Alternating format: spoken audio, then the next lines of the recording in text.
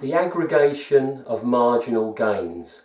Now there's a term to conjure with, but it's a principle that I work with on all of my instruments. So what do I mean by that? Well, there are lots of features on my instruments that maybe some people might say are of a marginal benefit. Maybe it improves the instrument by 1%, something like that. But if you add all of those little marginal gains, all those little benefits together, then all of a sudden it becomes a big advantage. So please bear that in mind whilst I talk to you about what's been going on with the bouzouki. So here's the bouzouki in the white, as violin makers like to say. So all of the woodwork is complete, and what I'm going to do now is get the instrument completely set up, intonation correct, playing as I would like it to play, and then once I've got to that stage I'll take it apart again and apply the finish. The neck's been carved, the fingerboard on and fretted. All of those things have been done since the last video. So the fingerboard itself has got a compound radius on it. We've got a 14-inch radius at the top there and a 16-inch radius at the 22nd fret. And the fingerboard itself has been fretted with wide gold Evo fret wire.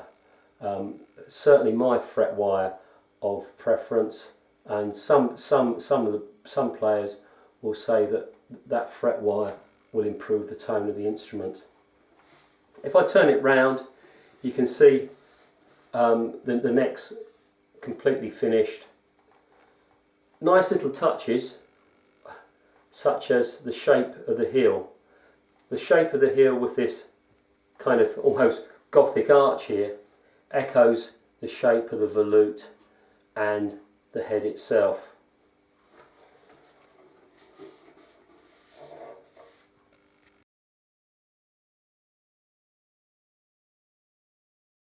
A good way to spoil a good instrument is by putting poor quality tuners on. So I'm using Schala tuners, and as you can see I'm using mandolin tuners, 4 on a plate, and the main reason for that is that it will save weight.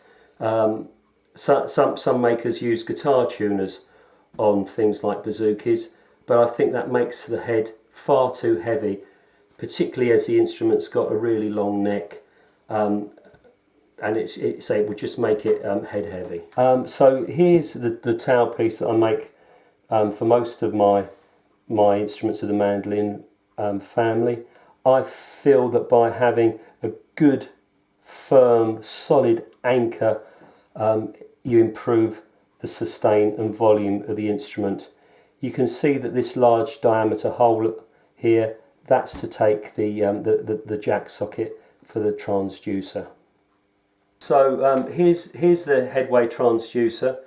You can see the end pin jack socket, and it's got its own preamp. So I need to bore a large diameter hole here, and if you remember in the previous video, that end block is laminated so that when you drill through you don't split the block internally.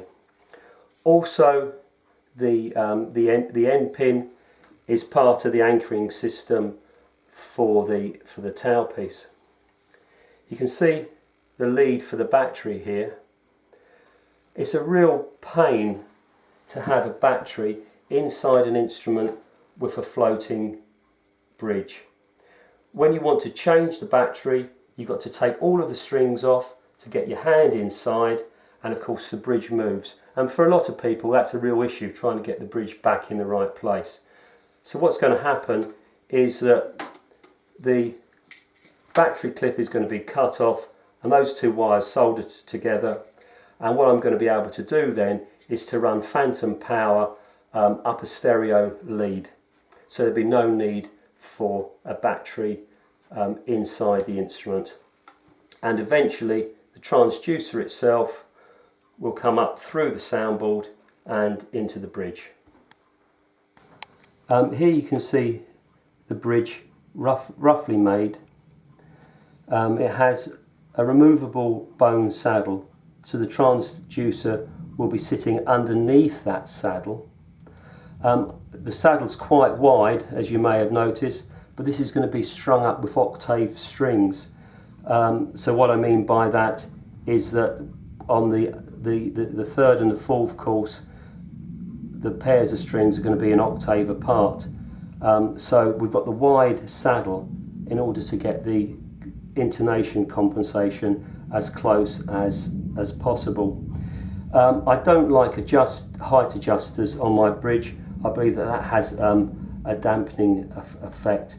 But if you do want to adjust the height, it is still possible by taking the saddle out and adding shims. So there we have it. Some people might argue that all of those features that I've been speaking to you about aren't worth doing. The improvement is marginal. But as I said to you at the beginning, all of those put together make a better instrument. So I'm going to get on with getting this set up now, and I'll see you in the next video. Okay, thanks for watching. Goodbye.